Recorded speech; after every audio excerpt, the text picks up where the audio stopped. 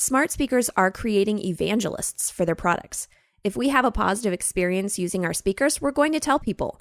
And word of mouth suggestions is one of, if not the most powerful and organic forms of marketing we have to our advantage. Along with voice technology growing in popular knowledge, it will just become a thing. We need to be creative with our brand and how it fits into this space. Taking baby steps into voice experimentation is the best thing we can do at present day.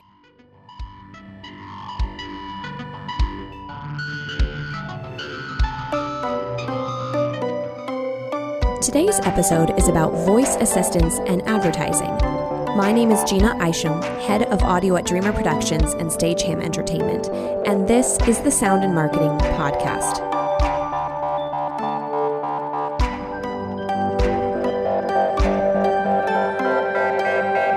In the past, sound was underutilized and pretty much ignored in marketing. However, the tides are turning and it's becoming more and more prevalent every single day. With the huge focus on voice-activated technology, AI, AR, and even the rise of podcasting, it is clear that if you don't have a unique voice, you will be lost in the ever-increasing noise. But here's the great news. Because of the never-ending, always-increasing forms of digital media and online advertising, we have more opportunities than ever before to make ourselves heard and be creative in defining a unique sonic identity. And that's exactly what I talk about in this podcast. What is sonic branding all about?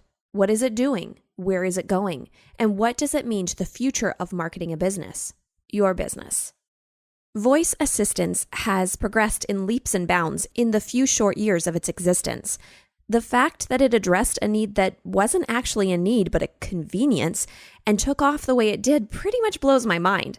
And although there is a long way to go, it has settled comfortably into our lives and allows us to use its most simplistic functions within our day-to-day, such as, Alexa, play music. Alexa, what's the name of this song? Alexa, add milk to the grocery list.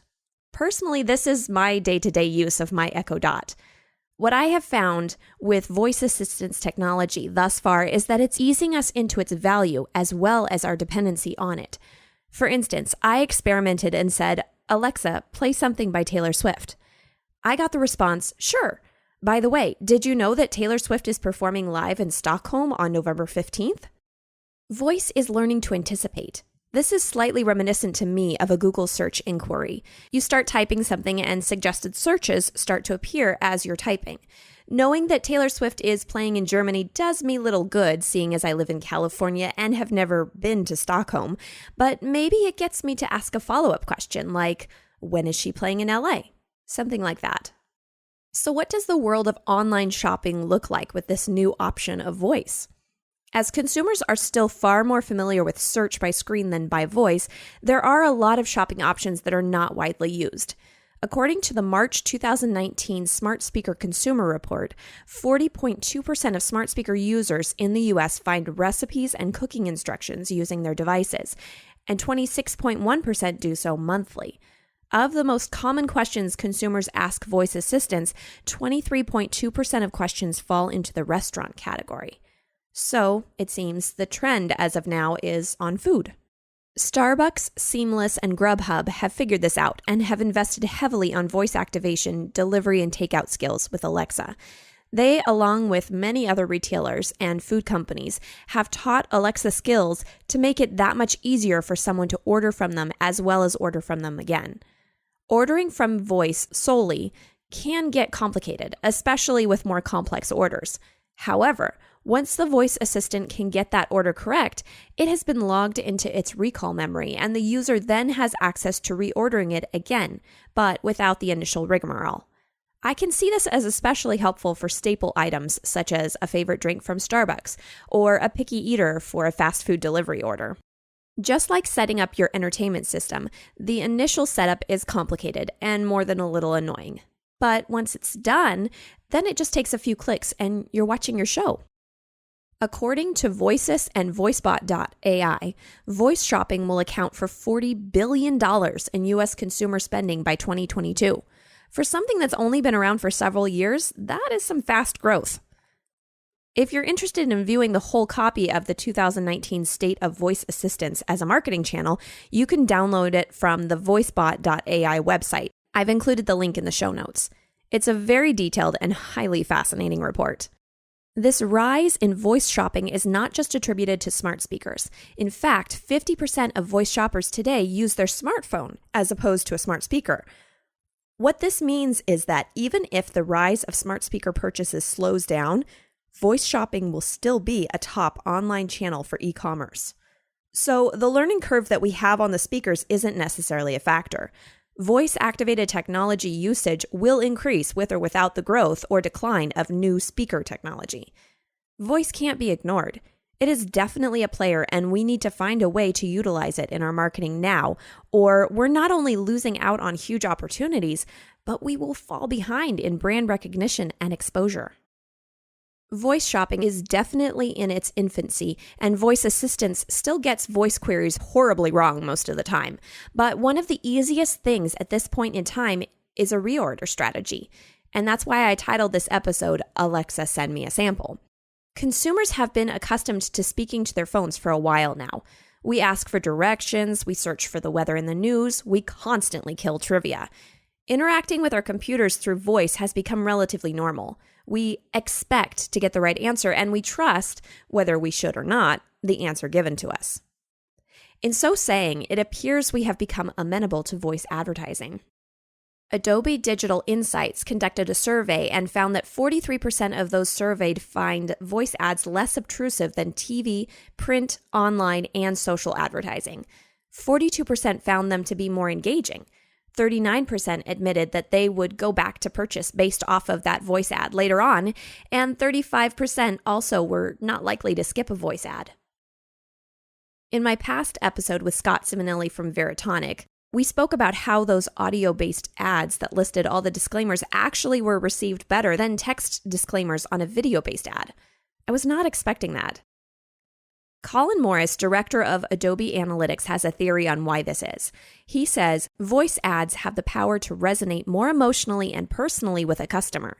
The control is put back into the hands of the consumer with ads delivered based on the information they opt to provide to us, making the content delivered relevant and engaging, enhancing the customer experience. Colin goes on to claim, and I tend to agree, that the demand is there. Now it's just a race to see which brand captures the opportunity first. Smart speaker purchases may have begun to slow, but the frequency of use of those already incorporated into the home has remained consistent. Those of us that have already opted into the tech are using it and learning it, and those that are not will eventually. As this new technology advances and evolves, we'll be seeing more and more opportunity to learn and grow alongside it. We're already doing that. We're learning how to add a skill onto our smart speakers or say the right key phrase alongside those companies and developers that are figuring out how to make that possible right now. As we get more accustomed to this action, we'll feel more receptive to trying out all the new ways of using voice as they present themselves one by one. Voice will be in everything. Cars, wearables, smart speakers, ourselves, maybe? Here's my theory. Smart speakers are creating evangelists for their products. If we have a positive experience using our speakers, we're going to tell people. And word of mouth suggestions is one of, if not the most powerful and organic forms of marketing we have to our advantage. That's why we read the Yelp ads, ask advice from friends and family, read review after review after review before making a decision or not making a decision. As this word of mouth spreads along with voice technology growing in popular knowledge, it will just become a thing. Like having to have a smartphone rather than a flip phone, or having to have a Tesla over whatever car you currently own that works just fine. You know it's true. We want what we see, and when we see it more and more, we want it more and more. So we'll get it, eventually. We may not need it, but we're going to have it. That's just how our culture and society works nowadays. So if this is the way of things, then we need to be creative with our brand and how it fits into this space. It may not be clear now, but taking baby steps into voice experimentation is the best thing we can do at the present day. The audio revolution is a free-for-all right now, even with this podcast. As far as I can tell, I'm the only one reporting on what I'm reporting on. This could be to my advantage, so we'll see where it takes the Sound in Marketing podcast as well. If you are e-commerce, the idea of sending a sample through voice technology has most likely already occurred to you. But for those of us that are not e-commerce, it may be harder to come up with a way to utilize voice skills and UI and all of that. Other than having Alexa know what the Sound in Marketing podcast is, I haven't got it figured out yet either. But you better believe I'm working on it. I want this podcast to give you the information you need to create a successful sonic brand identity. As you join me on this journey, I hope that you'll reach out and tell me what you find interesting, things you'd love for me to expand upon, things that flat out confuse you, or you have no idea how to even begin comprehending. Let's break it down. This voice-accessible world is new to a lot of us, and its outlets are growing each and every day. It's new and ever-changing. That's why I'm here, to help bridge that gap between traditional marketing and this whole new way of thinking. I hope you enjoyed today's episode of Sound in Marketing. Don't forget to follow and subscribe on iTunes, Spotify, Google Play, iHeartRadio, and Stitcher. And don't forget to enter promo code Sound in Marketing for your 1-month free trial of Stitcher Premium. The link and promo code will be listed in the show notes of this episode. The mission of the Sound in Marketing podcast is to pique your interest, or possibly even blow your mind. Let's think outside the box at what is hovering all around us. Sound. It's powerful, it's engaging, it's us. This podcast was produced by Dreamr Productions and hosted, written, and edited by me, Jeanna Isham. For inquiries on producing and developing your own podcast, or for inquiries on sonic branding and sonic branding consultation availabilities, you can reach me at Dreamr Productions. That's www.dreamrproductions.com. Email me at Jeanna, Jeanna, @dreamrproductions.com. You can also connect with me on LinkedIn or follow me on Facebook. Let's make this world of sound more intriguing, more unique, and more on brand.